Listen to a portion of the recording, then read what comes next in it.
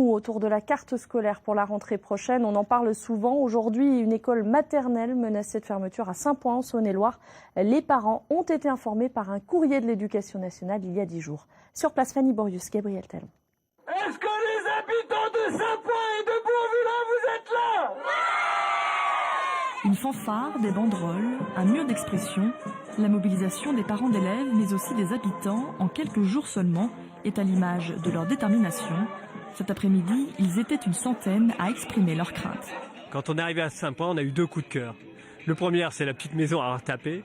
Et la deuxième, c'était l'école. C'est le lien social du village. C'est-à-dire, c'est grâce à l'école que je connais plein de monde.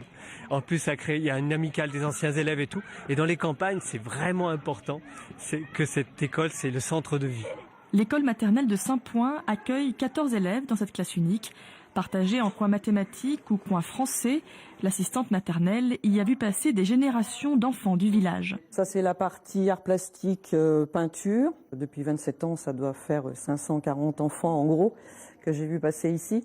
C'est des écoles de proximité, rurales certes, mais enfin, voilà, la qualité de l'enseignement est très bonne et donc on doit garder ça absolument.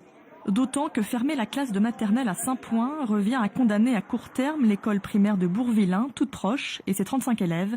Pour le maire, l'argument d'un nombre insuffisant d'élèves en maternelle ne compte pas. Ce n'est pas 14 élèves qui empêchent une école de fonctionner. On ne peut pas dire quand même qu'il n'y en a pas suffisamment. Certes, il y en aura un peu plus, ça leur ferait plaisir, mais aujourd'hui, ce n'est pas le cas. Mais ce n'est pas une raison pour tout sacrifier. On ne doit pas tout foutre en l'air pour simplement une question de 2-3 personnes en plus ou en moins. Un brin nostalgique déjà, les parents d'élèves et habitants ne comptent pas pour autant baisser les bras. L'éducation nationale, elle, n'a pas indiqué avec quel village ces écoles de Saint-Point et Bourvillin seraient regroupées. Une réunion a lieu en ce sens à la fin du mois. En 20 ans, la ville de Saint-Point